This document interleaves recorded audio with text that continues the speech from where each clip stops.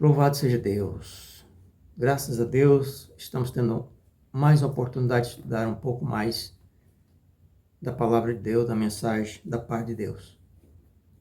Já oramos, já estudamos, já preparamos o estudo. E agora eu gostaria que você prestasse atenção, estivesse atento para que você possa entender aquilo que Deus tem para você neste momento através desse estudo. Eu vou falar um pouquinho sobre a questão, sobre aquela parábola do filho pródigo, que na verdade já ouvi muitas vezes, eu mesmo já preguei várias vezes, a mensagem falando sobre o filho que saiu de casa. E hoje eu vou falar sobre o filho que ficou em casa. Porque é uma questão que às vezes passa despercebido, porque existem dois tipos de filhos comparando conosco. Dois tipos de pessoas que estão talvez dentro da igreja. Um que talvez saiu e o outro que ficou e nunca saiu, mas pode estar acontecendo isso dentro da igreja. E eu quero falar nesta noite sobre algumas questões negativas daquele que ficou em casa. Aquele que saiu, todos já conhecem, acredito, a mensagem, já ouviram e já sabem dos problemas que ocorreu. Mas eu ainda não vi ninguém pregando dentro da igreja a respeito do filho que ficou. E eu quero notar que tem pelo menos, se formos assim, minuciar o estudo, vamos encontrar mais questões negativas. Mas eu quero falar pelo menos umas 8, 7, 8 questões negativas do filho mais velho, o filho que ficou em casa. E então, o texto se encontra no Evangelho de Lucas, capítulo 15, a partir do versículo 11 ao 32, está contando, narrando toda a parábola. Mas como a maioria já conhece, talvez todos já conhecem, a história do filho que saiu de casa, então nós vamos ler só a partir do 25, que vai falar do filho mais velho, o filho que ficou em casa. Que diz assim: Ora, o filho mais velho estivera no campo, e quando voltava, ao aproximar-se da casa, ouvia a música e as danças. Chamou um dos criados e perguntou o que era aquilo. E ele informou: Veio teu irmão e teu pai mandou matar um novilho cevado, porque o recuperou com saúde. Ele se indignou e não queria entrar. Saindo, porém, o pai procurava conciliá-lo. Mas ele respondeu ao seu pai: Há tantos anos que te sirvo e jamais transgredi uma ordem tua.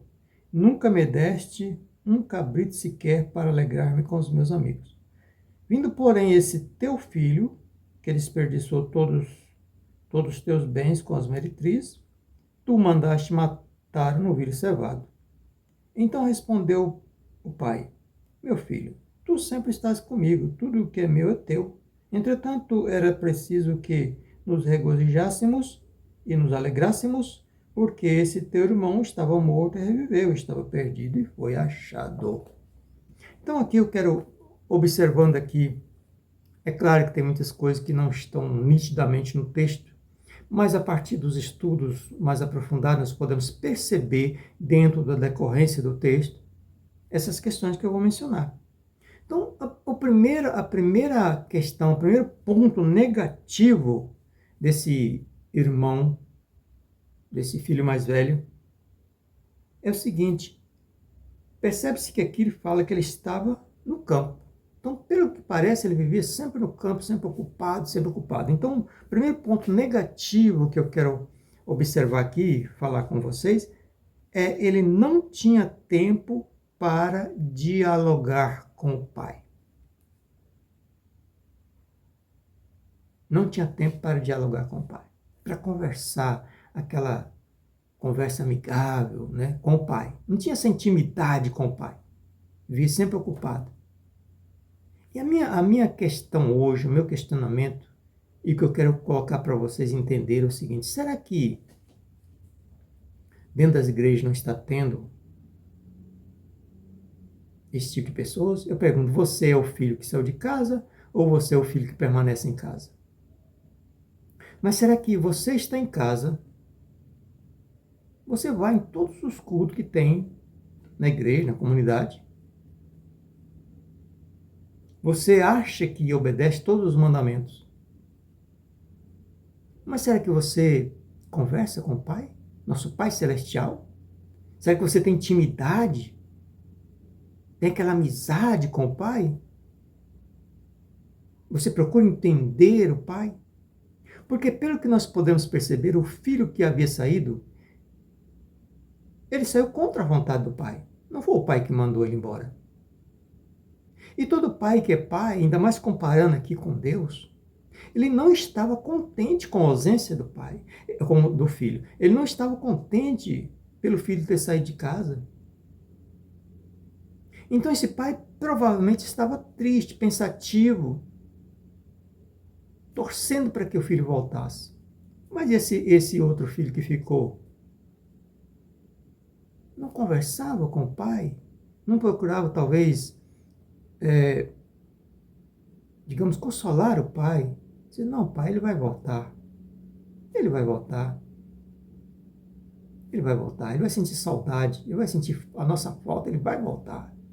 Então percebe-se que esse filho mais velho não tinha diálogo com o pai. Então a questão é, será que você está tendo diálogo com o pai? Porque você está dentro de casa, você não saiu, mas você não conversa com o pai, não tira um tempinho, fica tão ocupado com tanta coisa, não tira um tempinho para dialogar com o Pai Celestial. O segundo ponto negativo, ele não estava nem aí. Ele não estava nem um pouco preocupado com seu irmão que tinha saído de casa. Pelo que se percebe aqui, ele não estava se importando nem um pouquinho. Parece até que ele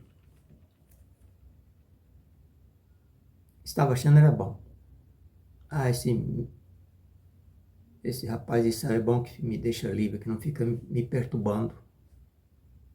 Eu pergunto também, será que dentro das igrejas hoje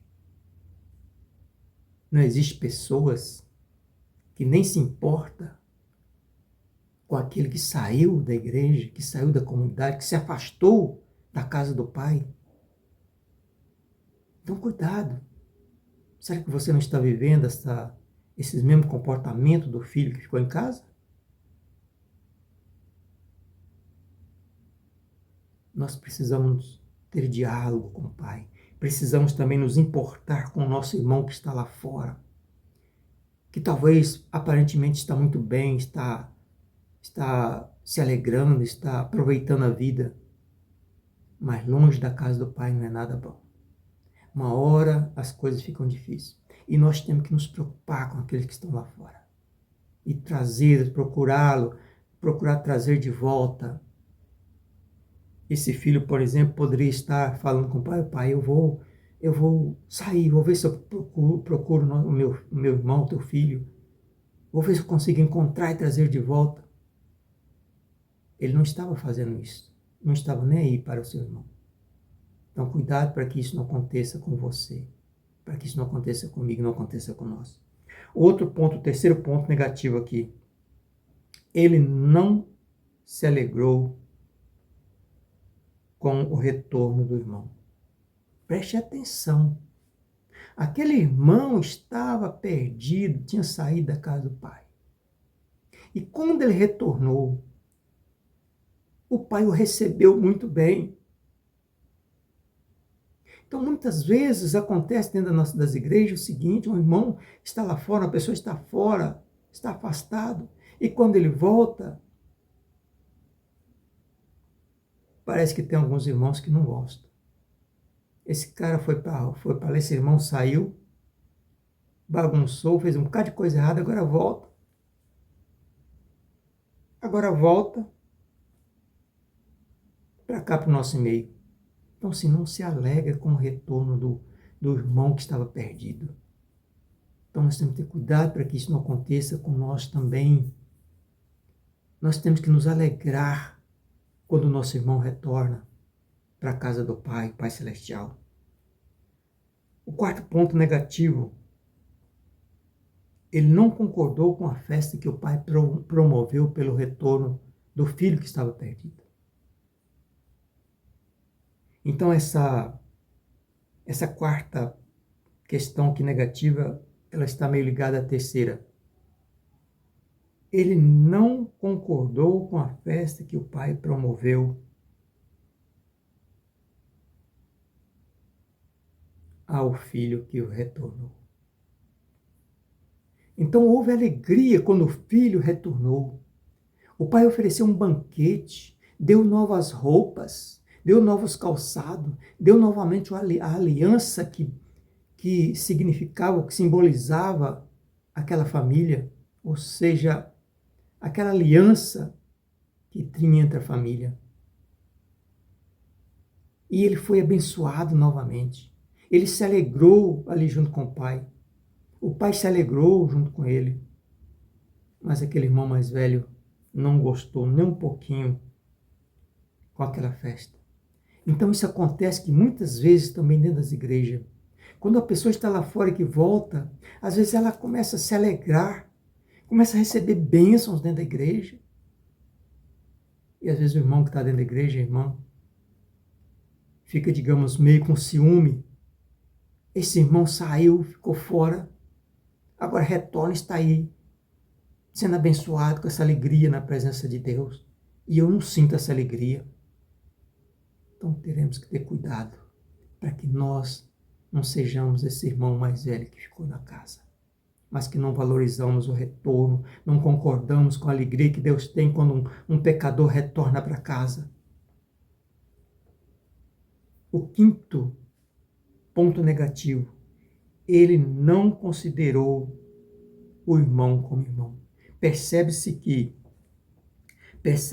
quando ele questionou o pai, ele disse, esse teu filho, ele não falou não, meu irmão. Ele não disse, o meu irmão retornou e tu fizeste essa festa. Ele falou, teu filho, então não considerou o irmão que estava fora de casa como irmão. Só porque saiu, gastou, fez todas as coisas erradas lá, retornou, então não é mais meu irmão. Então eu tenho visto muito isso dentro das denominações, dentro das religiões, dentro das igrejas, dentro das comunidades. Ela fez o que fez, agora está dando uma de crente, eu vejo falar, você está dando uma de religioso. Está escondendo da igreja dos seus erros. Não, negativo. Ele é irmão meu, igualmente nós somos filhos do mesmo pai. Ele apenas estava afastado, estava longe. Agora, muitas vezes nós não consideramos ele como nosso irmão. Porque da mesma forma que ele errou, qualquer um de nós estamos sujeitos a errar. Se não vigiarmos, nós caímos no erro. Então não pense que você é bom, melhor do que ele, não. Você, nós não somos melhor do que aquele que está lá, que saiu da casa do pai, não. Porque nós estamos sujeitos a cair também. Então temos que valorizar, abraçar o nosso irmão quando ele retorna. Aliás, devemos buscá-lo lá e lá, procurar onde ele está e dizer, meu irmão, volte para a casa do pai. O pai está com saudade de você. Eu estou com saudade. Nós estamos com saudade de você. Retorna para a casa do pai. Mas será que é isso que nós estamos fazendo? Buscando aquele que está perdido? Ou será que estamos acomodados, achando que estamos muito bem e que o nosso irmão que se vire para lá, que continue perdido? Outro ponto negativo seria o sexto ponto negativo. Aquele irmão mais velho se achou melhor do que o irmão mais novo. É o que eu acabei de falar agora. Muitas vezes nós nos achamos melhor que o nosso irmão que está lá fora. Diante de Deus nós somos todos iguais. A questão é, aquele que está lá fora, muitas vezes nós pensamos que ele está bem, porque ele está fazendo as farras. Não. Negativo. Aquele que faz parte do reino de Deus, mas que está lá fora, ele não se sente completo. Ele pode ter todas as diversões do mundo que o mundo oferece, mas continua um vazio dentro da alma. Porque o lugar que pertence a Deus na nossa vida, nada preenche, somente Deus. Então eu não posso me achar melhor do que o meu irmão que está lá fora. Eu tenho que considerá-lo como irmão igual a mim, porque é filho do mesmo pai e Deus quer que ele volte. E nós também precisamos querer que ele volte. Outra coisa negativa que ele fez, ele quis se justificar diante de Deus. Pai, meu pai, eu te obedeço todos os teus mandamentos, nunca falhei um mandamento sequer. nunca falhei um mandamento. Olha aí o engano. Será que ele nunca falhou em um mandamento? Ninguém é perfeito a não ser Deus. Todos nós falhamos. Às vezes não na mesma proporção daquele que está lá fora, do irmão que está lá fora. Mas nós falhamos. E a nossa obra não nos justifica diante de Deus. Eu não posso dizer, e sei quem fazia isso eram os fariseus, como Jesus os chamava de hipócritas. Inclusive, essa parábola aqui tem uma ligação com relação aos judeus, fariseus, que não vamos entrar em detalhe, porque devido ao tempo e o nosso foco agora é outro. Mas se formos analisar, como já analisei teologicamente falando, existe alguma ligação com a questão dos fariseus que se achavam melhor do que os outros. E Jesus os chamou de hipócrita. Então, eles se justificavam, batiam no peito. Nós somos melhor do que esse outro aí. Então, muitas vezes nós fazemos. Então, tome cuidado, meu irmão.